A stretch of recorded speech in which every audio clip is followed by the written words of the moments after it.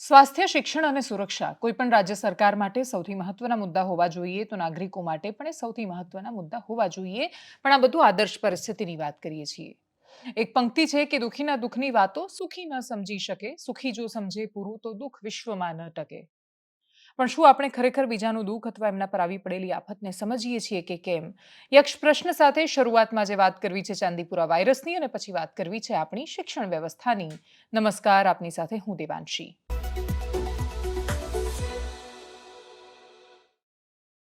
એક વાયરસ ફરી એકવાર ગુજરાત રાજ્યમાં તરખાટ મચાવી રહ્યો છે.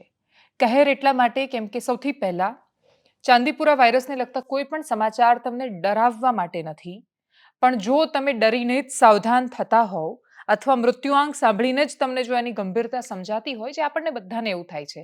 ચાંદીપુરા વાયરસ વિશે જ્યારે સૌથી પહેલા સાંભળ્યું તો મહારાષ્ટ્રના ચાંદીપુર ગામથી આવ્યો છે, નાની પહેલા આવી સમસ્યાઓ થયેલી છે વગેરે વગેરે સાંભળ્યું. પણ એના પછી એ સમાચાર એની પૂરી મહત્તા સાથે ત્યારે જ સમજાયા જ્યારે એની સાથેનો મૃત્યુઆંક સામે આવવા માંડ્યો. દરેક વ્યક્તિની સાથે આ થાય છે. અને એટલે જ ચાંદીપુરા વાયરસ માટે રાહત આપે એક એવા સમાચાર સૌથી પહેલા એ છે કે એ ચેપી વાયરસ નથી. એટલે કોવિડની જેમ શ્વાસથી, સ્પર્શથી ગમે તે રીતે ફેલાતો હતો એ રીતે નથી ફેલાતો. એટલે કોરોના જેટલો ખતરનાક માત્ર એટલા માટે નથી કેમ કે એ ચેપી નથી, તો ફેલાય શેનાથી છે? તો સેન્ડ ફ્લાયથી. માટી અને રેતીમાં આવતા માખી અને મચ્છરથી આ વાયરસ ફેલાય છે. એટલે તમારું ઘર જૂનું છાપરાવાળું છે, ઘરની દિવાલોમાં તિરાડ છે, આજુબાજુ જંગલ ઝાડીનો વિસ્તાર છે, કશું પણ એવું છે કે જ્યાં માટી કે રેતી કે એને કંઈ અનુકૂળ વાતાવરણ મળે છે, તો ત્યાંથી આવતા માખી અને મચ્છર બાળકોને જો એની સાથેનો સંસર્ગ થાય તો એ મચ્છર કરડે અને એના સલાઈવામાં જે એની લાળમાં જે વાયરસ હોય એ શરીરમાં એટલે કે લોહીમાં પહોંચે અને પછી સંક્રમણ થાય. લક્ષણ શું છે? તો બહુ જ જબરદસ્ત ભયાનક તાવ આવી જાય છે અને પછી બાકીના ફ્લૂની બીમારીમાં જેટલા લક્ષણો હોય એ શરૂ થઈ જાય છે.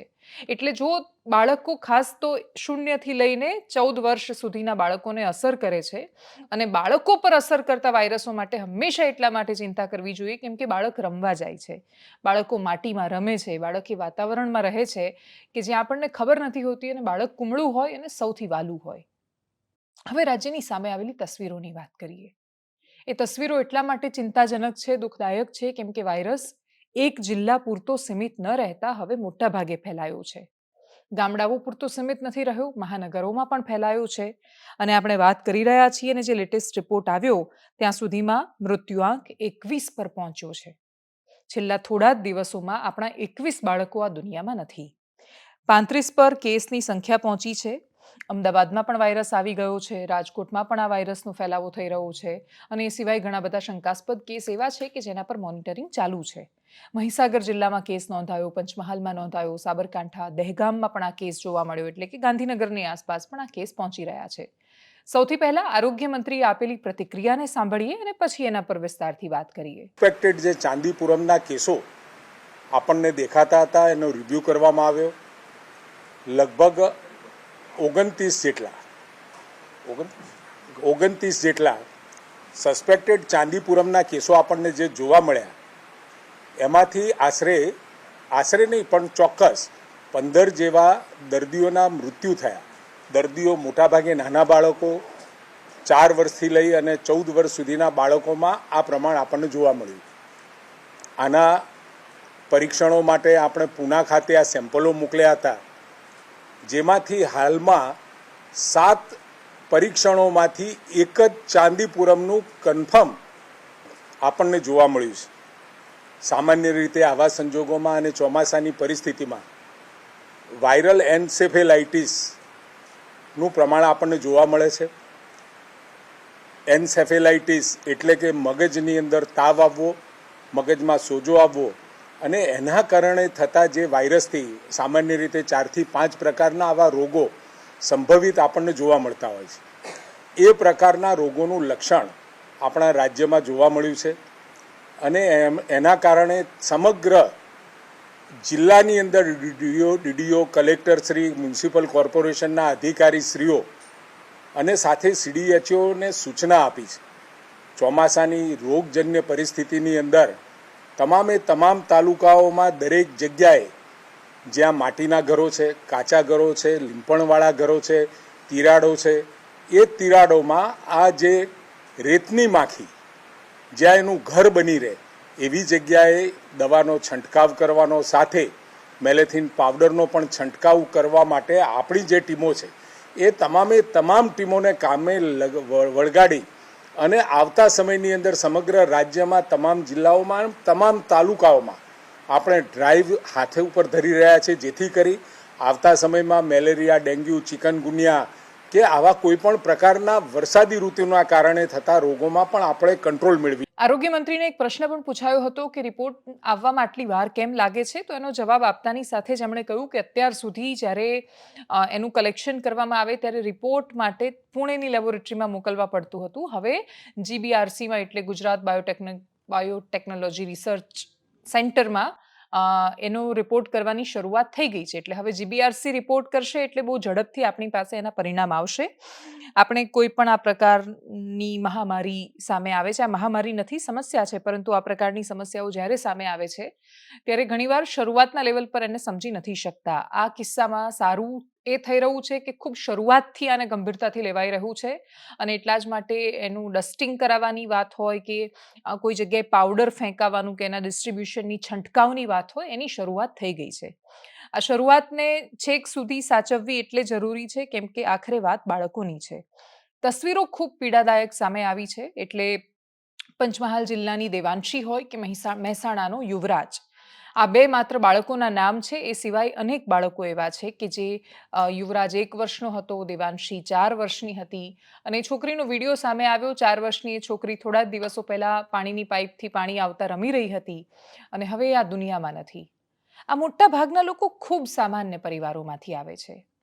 માટીના કે પછી નળિયાવાળા ઘરમાં કે છાપરાવાળા ઘરમાં રહેવાવાળા માણસો એમ પણ બહુ સામાન્ય પરિવારમાંથી આવે છે. જ્યારે મોટાભાગના લોકો આ સાંભળે છે કે આ પ્રકારનું ઘર હોય, ઘરમાં દિવાલો પડેલી હોય, ત્યારે આ રોગ કે બીમારી ફેલાય છે, તો સૌથી પહેલાં જે લોકો આવી પરિસ્થિતિમાં નથી રહેતા એ પહેલાં હાશકારો અનુભવે છે કે હાશ, લગભગ ખતરો ઓછો છે. એ અનુભવવું એ બહુ જ સ્વાભાવિક માનવીય ગુણધર્મ છે. પણ શું એના પછી આપણને એમનો વિચાર આવે છે જે લોકો એ પરિસ્થિતિમાં છે? બાળક તો અમીરનું હોય કે ગરીબનું, બાળક તો એટલું જ વાલું હોય છે. મા બાપના પ્રેમમાં કોઈ જ ફરક નથી હોતો. સાવ ગરીબ ઘરમાં જન્મેલું સંતાન હોય કે એકદમ અમીર ઘરમાં જન્મેલું સંતાન, મા બાપ માટે બાળકોનો પ્રેમ એટલો જ મહત્વનો હોય છે. અને છતાંય આવી બીમારીઓ જ્યારે આવે ત્યારે એ લોકો ખાસ્સા મજબૂર હોય છે. એ લોકો પાસે બચી શકવાના વિશેષ રસ્તાઓ નથી હોતા. સરકાર જે સહાય કરે અને જે સુવિધાઓ એમને સરકારી ધોરણ પર ઉપલબ્ધ થાય, મોટાભાગે એ જ એમના માટે બચવાનો એકમાત્ર રસ્તો છે. એક મહામારી જોયા પછી, તાજેતરના સમયમાં, અને એના પછી સામે આવેલા અનેક પડકારોનો સામનો કર્યા પછી આ ક્ષણે આપણે ખૂબ ગંભીરતાથી એ વિચાર કરવાની જરૂર છે કે એ ગામડામાં આવેલા પ્રાથમિક આરોગ્ય કેન્દ્ર હોય, એના પછી ક્લસ્ટરમાં ભેગા થતા હેલ્થ સેન્ટર હોય, જિલ્લાઓની સિવિલ હોસ્પિટલ હોય, જો આ બધાને આપણે મજબૂત નહીં કરીએ તો દરેક જગ્યાનો ભાર ક્યાં આવશે? કોરોના સમયે જે સમસ્યા સર્જાઈ, અનેક જિલ્લાઓ એવા હતા કે જ્યાં જિલ્લાની હોસ્પિટલમાં પણ વેન્ટિલેટર નહોતા. વેન્ટિલેટર જ્યારે નેતાઓ લઈ આવ્યા ત્યારે વેન્ટિલેટરને ઓપરેટ કરવા માટે ડૉક્ટર ન મળ્યા. એવા અનેક ઉદાહરણ જોવા મળ્યા. શહેરાના ધારાસભ્ય જેઠાભાઈ ભરવાડ, મને યાદ છે, પંચમહાલમાં જ્યારે જરૂર પડી અને એમનો સંપર્ક કર્યો, એમણે કહ્યું કે 4-5 વેન્ટિલેટર આવી ગયા છે. પ્રશ્ન એ છે કે શહેરાની હોસ્પિટલમાં એ સ્થિતિ જ નથી કે વેન્ટિલેટર ચલાવી શકાય. ડૉક્ટર નથી જેને વેન્ટિલેટર વાપરતા આવડતું હોય. આપણે ત્યારે એ વિચાર્યું હતું કે જો આ PHC, CHC, civil, cottage hospital, જો આ બધાને નહીં સુધારીએ તો એકસાથે જ્યારે મારો આવશે ત્યારે શું કરીશું? અને માણસ જ્યારે મહામારી આવે છે ત્યારે વધારે ને વધારે સ્વાર્થી બને છે. જ્યારે વાત પોતાના પર આવી જાય છે ત્યારે એકદમ સ્વાર્થી બની જાય છે.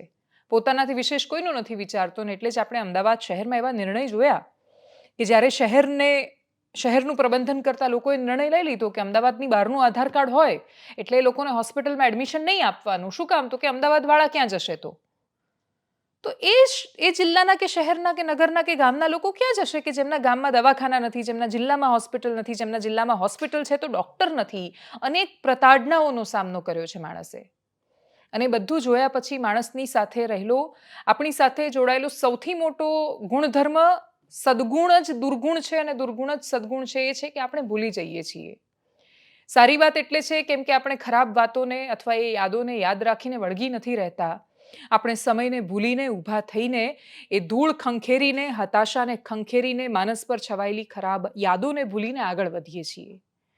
પણ એ જ સદ્ગુણ દુર્ગુણ ત્યારે બની જાય છે જ્યારે આપણી સામે આવેલા પડકારોને આપણે ભૂલી જઈએ છીએ અને ફરી એકવાર આપણે એ જ કહેવત બોલીએ છીએ કે માણસો ઇતિહાસમાંથી ક્યારેય કોઈ જ બોધપાઠ નથી લેતા. દરેક આવતો એકદમ નાનો પડકાર હોય કે મોટામાં મોટી મહામારી આપણને એ પ્રશ્ન કરતો જાય છે કે કોઈ મહામારી આવે તો શું આપણે સજ્જ છીએ? ગામડામાં રહેતા અને મોટા ભાગે જેની પાસે આર્થિક સગવડ નથી એવા માણસો કચડાઈ જાય છે. આપણે કોઈ મદદ નથી કરી શકતા એમની. મિડલ ક્લાસની હાલત હંમેશા સૌથી કફોડી થાય છે. એની પાસે ના રૂપિયા છે ના એ બહુ જ ગરીબ છે. એ વચ્ચેની સમસ્યાથી પીડાતા માણસોનું માનસિક સંતુલન ખોરવાતું જાય છે. અને એટલે જ તમે કોરોના પછી જોશો તો એટલી બધી સમસ્યાઓ છે. માણસ માનસિક રીતે સંતુલિત જ નથી. જેણે જેના સ્વજનો ગુમાવ્યા છે, જે આકરામાં આકરી પીડામાંથી પસાર થઈ રહ્યા છે, એ લોકોનું માનસિક સ્વાસ્થ્ય ક્યારે સારું થઈ શકવાનું છે? કદાચ ક્યારેય નહીં થઈ શકે. જે લોકો પોતાનું એકદમ નજીકનું માણસ ગુમાવી દે છે એ લોકો આખું જિંદગી એમનું માનસિક સ્વાસ્થ્ય ખોરવાઈ જાય છે. કમનસીબે આપણી પાસે એની એ વ્યવસ્થા નથી કે લોકોનો ઈલાજ પણ કરી શકીએ. એટલે તનનો ઈલાજ નથી થતો, મનનો ઈલાજ તો ખાસો મોંઘો છે. અને એ મોંઘો ઈલાજ તો અમીરોની બીમારી પૂરતો સીમિત રહેવાય છે એવું નથી. બીમારી તો બધાને થાય છે. પેલાને તો ખબર જ નથી હોતી કે એને માનસિક ઈલાજની જરૂર છે. આટલી બધી સમસ્યાઓ અને આપણી સામે આવતા નાનામાં નાના પડકારો આપણને ચેતવીને જાય છે. ચેતવીને એ દ્રષ્ટિકોણથી જાય છે કે જે લોકો માટે તમારે બોલવાનું છે એના માટે તમારે બોલવું પડશે. ભલે પછી તમારી પાસે પૈસા છે, તમારી પાસે મેડિક્લેમ છે, મેડિક્લેમથી તમે મોટામાં મોટી હોસ્પિટલમાં સારવાર કરાવી શકો છો. તમે એક સાથે 5 લાખ નથી ખર્ચી શકતા તો તમે વર્ષે 15,000 કરીને એના હપ્તા ભરીને મેડિક્લેમ રાખો છો કે જેથી જરૂર પડે અને આપદાના સમયે તમે હોસ્પિટલમાં દાખલ થઈને તમારી સારવાર કરાવી લો છો. એ લોકોનું શું? સરકારી આયુષ્યમાન કાર્ડ જ્યારે હોય છે ત્યારે એ લોકો પ્રાઇવેટ હોસ્પિટલ સુધી પહોંચી શકે એવી વ્યવસ્થામાં ઘણીવાર હોતા નથી. જાગૃતિ અને બાકીની બહુ જ બધી સમસ્યાઓ છે. કેન્દ્ર સરકારના કરેલા ઉત્કૃષ્ટ કામોમાંથી એક આયુષ્યમાન કાર્ડ છે. પણ જે નગર લેવલ પર હોસ્પિટલો એની સાથે એમ્પેનલ થયેલી છે એ લોકો તો નથી કરી રહ્યા એમાં સારવાર. ફરિયાદ કરવામાં આવે ને ફરિયાદનું નિવારણ થાય ત્યાં સુધીમાં સ્વજનો આશા ગુમાવી દે છે, થાકી જાય છે, ધીરજ નથી રહેતી. પ્રાણીઓ માટે એવું કહેવાય, આજે જે એક ફોરેસ્ટ ઓફિસરનો શેર કરેલો વિડીયો જોઈ રહી હતી, જંગલના અધિકારીનો, વાંદરા કે રીંછ કે કોઈ એ પ્રકારના પ્રાણી હતા એટલે દીપડો આવ્યો ને એક વાંદરાને એના પર એમણે હુમલો કર્યો. બાકીના બધા પ્રાણીઓ ભેગા થઈ ગયા દીપડાની સામે પડવા. એમને ખબર હતી કે એમનો સાથીદાર તો મૃત્યુ પામી ચૂક્યો છે, છતાં એનું શવ લેવા માટે પણ એ દીપડાની સામે તૂટી પડ્યા. જ્યાં લડવાની તાકાત નથી ત્યાં તૂટી પડ્યા, પણ એમણે પોતાના સાથીદારને છોડાવ્યો અને શિકાર કરેલો દીપડો ખોરાક લીધા વગર દૂર સુધી ભાગ્યો. ફૂડ ચેઇનમાં થયેલું ડિસ્ટર્બન્સ છે, પણ હકીકત એ છે કે જરૂર પડે ત્યારે પ્રાણીઓ પણ એક સાથે આવી જાય છે. આપણે તો માણસો છીએ. આપણે શું કામ આટલા વાડા ઊભા કરી રાખ્યા છે? જાતિના વાડા, ધર્મના વાડા અને કશા જ વાડા ન હોય તો ક્લાસના વાડા, અમીર ગરીબનો ભેદ. માણસને માણસની જેમ જોતા શીખીશું તો કદાચ આપણે પ્રાણી જેવા કહેવાઈશું, જે આપણે હોમોસેપિયન્સ પ્રજાતિમાં આવીએ છીએ એમાં માનતા હોઈએ તો. આગળ વાત રાજ્યની શિક્ષણ વ્યવસ્થાની કરીએ. રાજ્ય શાળા સંચાલક મહામંડળે શિક્ષણ મંત્રી ડોક્ટર કુબેર ડિંડોરને ઉદ્દેશીને એક પત્ર લખ્યો, 18 તારીખનો જે પત્ર છે, જેમાં એમણે નિયમો આધારિત માંગ કરી છે. પ્રશ્ન એ થાય કે સરકાર જ્યારે એવું કહે છે કે અમે શિક્ષામાં ખૂબ સુધારા લાવવા માંગીએ છીએ, ભરતીની જાહેરાત થાય ત્યારે ખૂબ સારું પણ લાગે છે એ સાંભળીને કે ભરતીની જાહેરાત થઈ છે, કશુંક સારું થશે. જ્ઞાન સહાયક નામે યોજના સરકાર લાવી ત્યારે સરકારે શું કહ્યું હતું કે બધી જગ્યાએ એક સાથે સરકારી શિક્ષકો નથી ભરી શકવાના તો કાયમી ભરતી ચાલુ રહેશે થોડી અને જ્યાં નથી ત્યાં જ્ઞાન સહાયક મૂકીશું. અને જ્ઞાન સહાયકોને ખૂબ સારો પગાર પણ મળી રહ્યો હતો, ટેમ્પરરી નોકરી કાયમી તો થવાની જ છે. એવા સંદર્ભે રાજ્યની ગ્રાન્ટેડ શાળાઓએ પત્ર લખીને કહ્યું છે કે શૈક્ષણિક કાર્ય શરૂ થયાને આટલા દિવસો થઈ ગયા પણ અમારી પાસે શિક્ષકો નથી, ગણિત વિજ્ઞાનના શિક્ષકો નથી શાળાઓમાં.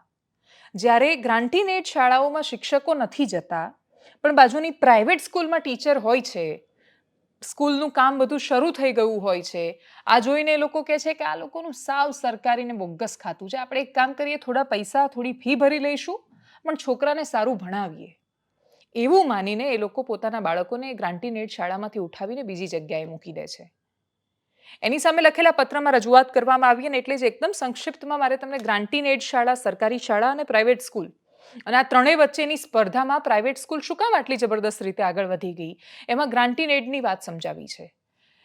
2011થી સરકારે નિયમ પાડીને એવું નક્કી કર્યું કે ભાઈ હવે ગ્રાન્ટીનેડ શાળાઓ પોતાની જાતે શિક્ષકોની ભરતી નહીં કરે. સરકાર ભરતી કરીને આપશે, સરકાર મોકલે એમને તમારે રાખી લેવાના. સરકારે શું કામ આ કરવું પડ્યું? સરકારે કર્યું ત્યારે એમનો ઉદ્દેશ્ય એકદમ સાચો અને શુદ્ધ હતો. કેમ કે ગ્રાન્ટીનેડ શાળામાં શું થતું, એટલે તમારા ગામમાં પણ કોઈ કેળવણી મંડળ હશે અને કેળવણી મંડળ ભેગું થઈને શાળા ચલાવતું હોય. એટલે ગામના લોકો ભેગા થાય, અનુદાન એટલે કે થોડી દાન મેળવે અલગ અલગ જગ્યાએથી. એ ટ્રસ્ટ હોય, કેળવણી મંડળ હોય અને એ ભેગું થઈને શાળા બનાવે. એટલે ગામમાંથી કોઈ છે કે જે પોતાનું ખેતર દાનમાં આપે ને પછી એવું કહે કે ભાઈ મારું નામ રાખજો, તમે ગેટ મારા નામે બનાવજો. તો કોઈ હોય કે જે શાળાનું મકાન કે ઓરડો બાંધવામાં મદદ કરે, એટલે ઓરડા પર એનું નામ હોય. એ રીતે ભેગા થઈને એક કેળવણી મંડળ બને અને મંડળ શાળા ચલાવે. એ મંડળ મોટા ભાગે ગામની માલિકીનું હોય, કોઈ એક વ્યક્તિ એનો માલિક ન હોય. સરકાર એને મદદ કરે, એટલે સરકાર શિક્ષકોનો પગાર આપે, પણ એની શિક્ષકોની ભરતી છે એ મંડળ જાતે કરે. એટલે ગામના લોકો નક્કી કરે કે એમણે કયા શિક્ષકને લેવાનો છે. સમસ્યા શું થતી કે એક વ્યક્તિ કે જે સરકારી ધારા ધોરણ નિયમ પ્રમાણે લાયક છે, એ વખતે ટેટ જેવી પદ્ધતિ હતી નહીં. તમે બીએડ કરેલું હોય એટલે તમને મળી જાય એ પ્રકારની નોકરી. તો તમે બીએસસી બીએડ કરેલું છે ને તમારે 9-10માં કોઈ સારી નોકરી જોઈએ છે ને તમે જાઓ છો ત્યાં, તો એ ગ્રાન્ટીનેડ શાળામાં તમારી પાસે માંગવામાં આવે પૈસા. 5 ઉમેદવાર છે, એમના ફોર્મ આવ્યા છે, કોઈ 1% ઓછા છે, પણ એ પૈસા વધારે આપી શકે છે. બીજું જ્ઞાતિ જાતિ પણ બહુ જોવામાં આવતી એમાં. અમારી જાતિનો છે તો એને પહેલા પ્રાધાન્ય, એટલે એમાં એને કંઈ લાંચ લેવામાં ડિસ્કાઉન્ટ ના મળે. 25 લાખ લેતા હોય તો ભાઈ તું આપણી જાતિનો છે તો તારી મદદ કરું છું, 20 લાખ આપજે. પણ એવું માનીને એ શિક્ષકોની ભરતી કરવામાં આવતી. શિક્ષકોએ ખૂબ રૂપિયા આપવા પડતા. એટલે આજે જે લોકો લાગેલા છે એ લોકોને બધાને ખબર છે કે લોકો કેટલા રૂપિયા આપીને, લાયક હોવા છતાં કેટલા રૂપિયા આપીને નોકરીએ લાગ્યા હતા. બીએડનો મતલબ જ એ થાય છે કે બીએડમાં તમારે સારા ટકા આવે છે, બીએસસીમાં આવે છે, તો મતલબ તમે શિક્ષક બનવાને લાયક છો. એ વખતે આટલી સ્પર્ધા નહોતી. પહેલાં તો પીટીસી કરેલા લોકોને પણ એટલી બધી નોકરી લાગતી હતી ને પછી પીટીસીનો રાફડો ફાટ્યો. અને એટલો રાફડો ફાટ્યો કેમ કે કોલેજને બેફામ મંજૂરી આપી. એક આખો અલગ કેસ છે, એના વિશે ફરી ક્યારેક વાત કરીશું. શિક્ષકો 25-25 લાખ રૂપિયા આપીને નોકરી લાગતા. આ હું અલગ આંકડો કહી રહી છું. કોઈ 10 લાખ પણ આપતું હોય, કોઈ 5 લાખ પણ આપતું હોય, કોઈ 25 કે કોઈ 30 લાખ પણ આપતું હોય.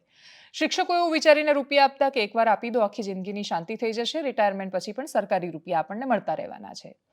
ટ્રસ્ટના લોકોએ રૂપિયા ખાતા. સરકારને આ બધી જ વ્યવસ્થાઓ વિશે ખબર હતી. સરકારે ખૂબ વિચાર્યું અને આખરે એમણે નિર્ણય કર્યો. એમણે કહ્યું કે ભાઈ તમે શાળા ચલાવો, અમે તમને ગ્રાન્ટ પણ આપીશું ઓરડા પ્રમાણે, પણ અમે તમને શિક્ષકોની ભરતી નહીં કરવા દઈએ.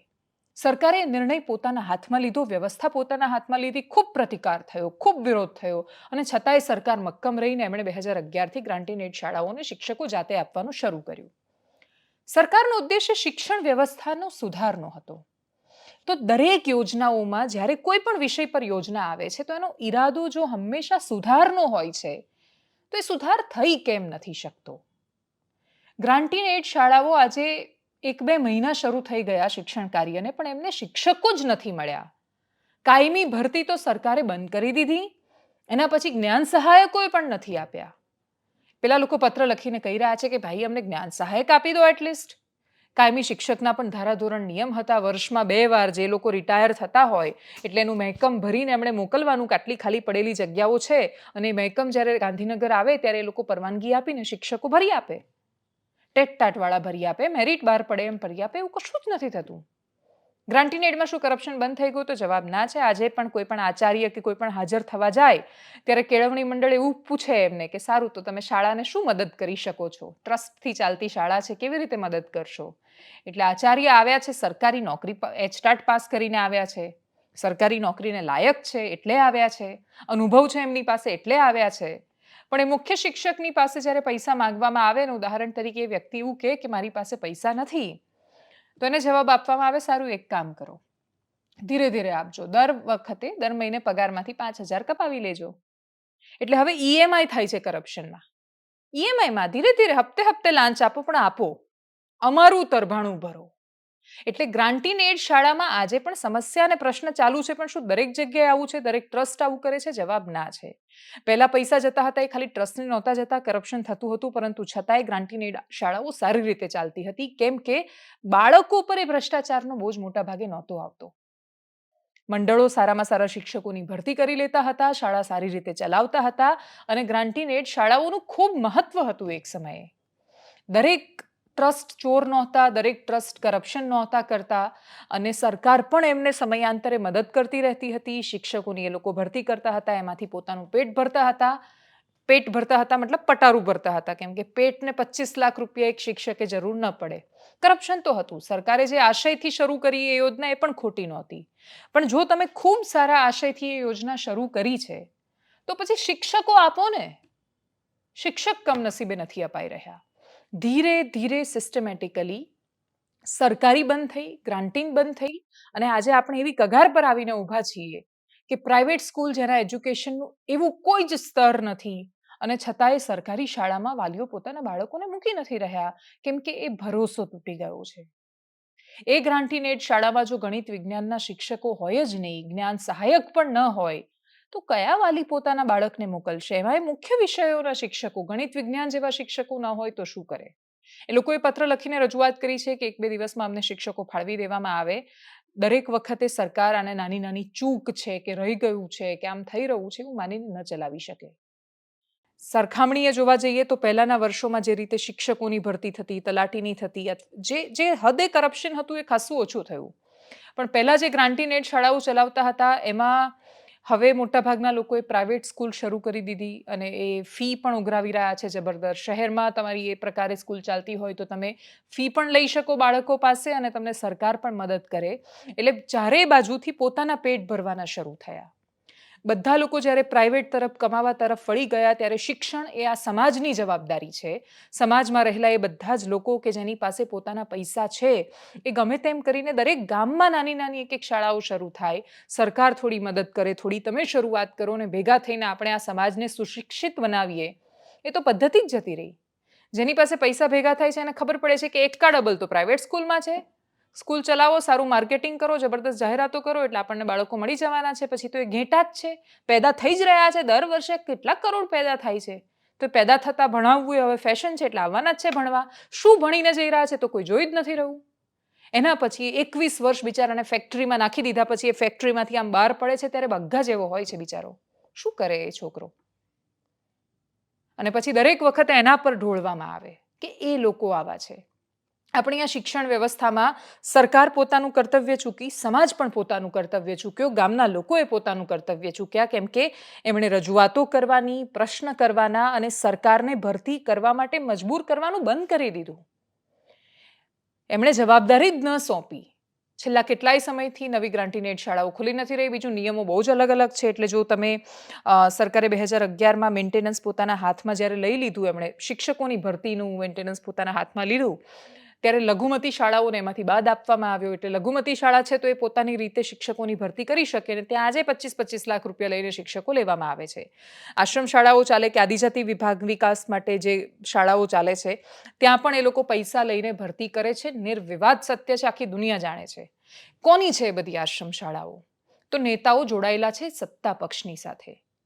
પહેલા હતા કોંગ્રેસમાં હતા અને બધે હતા, ધીરે ધીરે શિફ્ટ થઈને ભાજપમાં આવી ગયા, કેમ કે ખબર પડી કે કોંગ્રેસમાં રહીને આ મોટું કરપ્શન કરવા જઈશું તો પકડાઈ જઈશું. બચી જવું છે તો જતા રહો પાર્ટીમાં. એટલે ગમે તેમ કરીને છેડા અડાડીને નીકળી તો જઈશું, ભરાઈ જઈશું તો પણ. એટલે એસીબી મોટા ભાગે ત્યાં પહોંચતી નથી. બાકી એક એક શિક્ષક લેતી વખતે 15-15 લાખ રૂપિયા લેતા આશ્રમ શાળાના એ સંચાલકો ક્યાં લઈને જશે એ રૂપિયા? સરકાર પાસેથી પણ મદદ લેવાની, બાળકોને પણ એ પ્રાથમિક સુવિધાઓ ઘણીવાર એનાથી વંચિત રાખવાના. એવા લોકો ચલાવે છે એ શાળાઓ જે પોતે એ સમુદાયમાંથી આવે છે. એટલે એ આદિવાસી નેતાઓ જ્યારે એ શાળાઓમાં આ પ્રકારે ભરતી કરે, ત્યારે પ્રશ્ન એ થાય કે તમે બહુ જ હોશિયાર, સારા લોકો, જે લોકો જેન્યુઅનલી લાગવા જોઈએ અને ન લેવાની જગ્યાએ પૈસાથી જ્યારે કોઈને લઈ રહ્યા છો, ત્યારે તમે પોતાના જ સમાજના બાળકોનું નુકસાન કરી રહ્યા છો. તમે જ્યારે મારી જાતિનો છે કે મારો સગો છે એવું માનીને કોઈને પણ નોકરીએ રાખી રહ્યા છો ત્યાં, કેમ કે તમારી પાસે નોકરી રાખવાની સત્તા છે, ત્યારે તમે એક માણસને મદદ કરવાના ચક્કરમાં નીચેના કેટલાય બાળકોનું નુકસાન કરી રહ્યા છો. એ બાળકો પણ તો તમારા સમાજના છે. નોકરી આપો છો સમાજનો છે એમ કરીને, પણ એ લાયક નથી ને નોકરી આપી રહ્યા છો, તો જેને ભણાવે છે એ પણ તો તમારા સમાજના બાળકો છે. એ શું ભણાવશે એ શિક્ષક? રાત્રે અડધા અમુક તો ઘણી બધી જગ્યાએ ઢીંચીને દારૂ પીને પડ્યા હોય છે. તો આવી બદીઓ છે એને જો સંચાલકો બહાર નહીં કાઢે, ગામના લોકો બહાર નહીં કાઢે, જ્યાં સુધી બાળકોને આપણે એ પ્રકારનું સુરક્ષિત વાતાવરણ કે શિક્ષણ નહીં આપીએ, ત્યાં સુધી કોઈ નથી કરી શકવાનું. શિક્ષણ બગડ્યું છે તો એની માટેના જવાબદાર બધા પાયા બગડ્યા છે. અને એટલે જ આટલી ગંભીર સમસ્યાને નજરઅંદાજ જો અત્યારે પણ કરાઈ, હવે આટલું માથા પરથી પાણી ગયા પછી પણ, તો આપણી પાસે જવાબ જ નથી કે ભવિષ્યમાં કેટલો મોટો સુનકાર આપણી પ્રતીક્ષામાં છે. આદિવાસી વિસ્તારના એ બધા જ બાળકો કે અત્યાર સુધી મા બાપોમાં જાગૃતિ નહોતી, એ પોતાના બાળકોને ભણાવતા નહોતા, અને ભણાવતા નહોતા તો એમની પાસે રોજગારની ગેરંટી હતી કે ભણાવતા નહોતા તો ફિક્સ હતું કે ભાઈ છોકરો કાં તો ખેતરમાં જશે, ખેતી કરશે, કાં તો મજૂરી કરશે, પણ એનો 500 રૂપિયાનો રોજ એને મળવાનો હતો. પણ હવે એ પોતાના સંતાનને ભણાવે છે, ખૂબ આશા અપેક્ષા સાથે ભણાવે છે, એનો અધિકાર છે, એ લૂપમાં જે ફસાઈ ગયા છે પેઢીઓથી, એમાંથી એ બહાર નીકળવા માટે પોતાના બાળકને ભણાવે છે. કમનસીબે થાય છે શું, તો એવા અનેક છોકરાઓ આવે છે કે જે એકદમ અંતરિયાળ વિસ્તારોમાંથી ખૂબ ભણ્યા પછી, બીએસસી બીએડ કર્યા પછી જ્યારે નોકરી નથી મળતી, અથવા એવું ભણે છે કે જેમાં નોકરી એન્જિનિયરિંગ કર્યા પછી સર્ટિફિકેટ લઈ આવે છે એન્જિનિયરિંગના, કેમ કે એમને શિષ્યવૃત્તિ મળે છે, સ્કોલરશિપ મળે છે, કેમ કે એજન્ટો ગામે ગામ ફરી રહ્યા છે. 12મા ધોરણની માર્કશીટ લઈ જવાની, બાકીના ડોક્યુમેન્ટ્સ લઈ જવાના, બેંક એકાઉન્ટ જાતે જ બનાવી દેવાના, એનું એટીએમ પોતાની પાસે જ રાખવાનું, જેવી સ્કોલરશિપ આવે એટલે પૈસા ઉપાડીને કહી દેવાનું કે 10,000 તારા, બાકીના 90,000 મારા. પ્રાઇવેટ કોલેજમાં કોઈ પણ આદિવાસી છોકરો કે બાકીના જેને પણ શિષ્યવૃત્તિ મળે છે, એવા લોકો જ્યારે દાખલ થાય છે ત્યારે લાખ લાખ રૂપિયા સ્કોલરશિપ આપે છે સરકાર. સરકાર ખૂબ મદદ કરે છે કે છોકરાઓ તમે ભણો ને આગળ નીકળો. એમના રૂપિયા આ પ્રાઇવેટ કોલેજવાળા ખાઈ જાય છે. આ સંચાલકો જે ફૂલ્યા ફાલ્યા છે, એક બીજા કોઈના પ્રતાપે નહીં, એવા છોકરાઓના રૂપિયા ખાઈને ફાલ્યા છે. અમે એ કોલેજીસમાં કેટલીય વાર ગયા છીએ, જોયા છીએ, અને એના વિડીયો પ્રકાશિત કર્યા છે કે જ્યારે જઈએ કોલેજમાં ત્યારે આખો ક્લાસ ખાલી હોય. ના પ્રોફેસર ભરવાની ઝંઝટ, ના બાળકોને ભણાવવાની ઝંઝટ, કેમ કે છોકરાઓ તો ખેતરમાં મજૂરી કરે છે. એટલે ખેતરમાં મજૂરી કરતો એક છોકરો જે એન્જિનિયર છે, અને ઘણા બધા લોકો એન્જિનિયર બન્યા પછી નોકરી ન મળે તો પાછા ફરી એકવાર મજૂરીએ લાગે છે. એસઆરપીની ભરતી માટે દોડતા એક છોકરાઓ આવ્યા હતા અમારી સાથે સ્ટુડિયોમાં, અને એ છોકરાએ રડતા રડતા કહ્યું હતું કે મા બાપે મજૂરી કરીને પેટે પાટા બાંધીને મને ભણાવ્યો. હું ખૂબ ભણ્યો એવું વિચારીને કે નોકરી મળશે, પણ હવે નોકરી નથી મળી રહી, તો હું 400 રૂપિયાના રોજ પર જાઉં છું. એ 400 રૂપિયાના રોજ પર જતા છોકરાઓ આપણે જ્યારે સરખામણીએ જોઈએ છીએ તો ખૂબ ઓછા છે. આ આખા રાજ્યની વાસ્તવિકતા નથી, પણ રાજ્યના એક હિસ્સાની વાસ્તવિકતા તો છે. રાજ્યના એક હિસ્સાને આગળ લાવવા માટે સરકાર દર વર્ષે હજારો કરોડ રૂપિયા વાપરી રહી છે, અને છતાંય આપણી પાસે એ જવાબ નથી કે શું કામ એ લોકો ખાઈ જાય છે. ગામનો વ્યક્તિ મોટાભાગે એજન્ટ હોય છે. એ સમુદાયમાંથી આવતો વ્યક્તિ પણ જો એની પીડા સમજ્યા વગર એનાય રૂપિયા ખાઈ જાય છે, બારોબાર બધું કરી નાખે છે, આશ્રમ શાળાઓમાં ડાયરેક્ટ ભરતી કરી નાખે છે. તો જો તમે પોતાની જાતિની પીડા નથી સમજી શકતા, જ્યાંથી તમે આવ્યા છો એ લોકોને બહાર આવવાની કેટલી જરૂર છે એ નથી સમજી શકતા, એ નેતાઓ, જે તે વિભાગના નેતાઓ પણ તો આદિજાતિ વિભાગમાં મોટાભાગે આદિવાસી નેતા હોય છે, જો તમે નથી સમજી શકતા તો આ સંચાલકો તો ખાઈ જવા બેઠા છે. 1-1 લાખ રૂપિયા ફી સરકાર આપે વર્ષની, અને આ સંચાલકો ભટ દઈને બધી ફી ખાઈ જાય. આટલી ખરાબ સ્થિતિમાં પણ જો આપણે એમને બહાર નહીં લાવી શકીએ તો ના ગ્રાન્ટીન એડ શાળા બચવાની છે, આગળ જતાના આશ્રમ શાળાઓ બચશે, આગળ જતાના આદિજાતિ વિકાસની બાકીની બધી આ એકલવ્ય મોડેલ સ્કૂલ ને બધી કેટલી સુંદર શાળાઓ બનાવેલી છે, એટલી સુંદર એનું ઇન્ફ્રાસ્ટ્રક્ચર, ઇમારત ઊભી કરેલી છે, ખુલ્લામાં હોય છે, ડુંગરની નીચે, સરસ એકદમ નયનરમ્ય નજારામાં, સારામાં સારી શાળા, સારામાં સારા પૈસા સરકાર મોકલે, ગ્રાન્ટ આપે, રૂપિયા આપે. શું કામ? ઉત્થાન માટે, છેવાડાના માણસનું કંઈક કલ્યાણ થાય એના માટે. અને કલ્યાણના નામ પર રૂપિયા ખાઈ જતા લોકોની પાસે કોઈ જવાબ નથી. જો સરકાર ખરેખર શિક્ષણને બચાવવા માંગે છે તો ગ્રાન્ટીન એડ શાળામાં શિક્ષકો આપો, કંઈ નહીં તો જ્ઞાન સહાયક આપો, જેથી બાળકોનું શિક્ષણ ન બગડે. જો તમે ખરેખર કલ્યાણ કરવા માંગો છો આદિવાસી વિકાસના બાળકોનું, તો એમની સ્કોલરશિપ ખાઈ જતા આ બધા જ અમદાવાદથી લઈને આજુબાજુના આખા પટ્ટામાં જેટલી એન્જિનિયરિંગ ને બાકીની બધી કોલેજીસ ચાલે છે, 90 થી 95% પ્રાઇવેટ કોલેજ આના પર નભી રહી છે, બાકી છોકરાઓ જ નથી એન્જિનિયરિંગના. અને છતાંય બધા જ કોર્સીસ ચાલે છે અને બેફામ એડમિશન થાય છે. અડધી કોલેજ નેતાઓની છે, અડધી શાળાઓ નેતાની છે, તમારા નેતાઓની છે, મંત્રીઓની કોલેજો ચાલે છે. આવી રીતે ખબર નહીં ક્યાંથી એડમિશન થાય છે. એટલે હજાર એડમિશન થાય ને સરકાર સ્કોલરશિપ આપે, તો આ રીતે પૈસાનો જે દુર્વ્યય થઈ રહ્યો છે એને બચાવો, નહીં તો સુનકારમાં આપણે આપણું ભવિષ્ય લઈ જઈ રહ્યા છીએ. અપેક્ષા રાખીએ કે શિક્ષણ અને સ્વાસ્થ્ય આ બે વિષયને ખૂબ ગંભીરતાથી લેવામાં આવે. એનાલિસિસમાં અત્યારે બસ આટલું. જો આપ અમને યુટ્યુબ પર જોઈ રહ્યા છો તો સબસ્ક્રાઇબ કરો, ફેસબુક પર જોઈ રહ્યા છો તો ફોલો કરો, અમારા વિડીયોને શેર કરો. નમસ્કાર.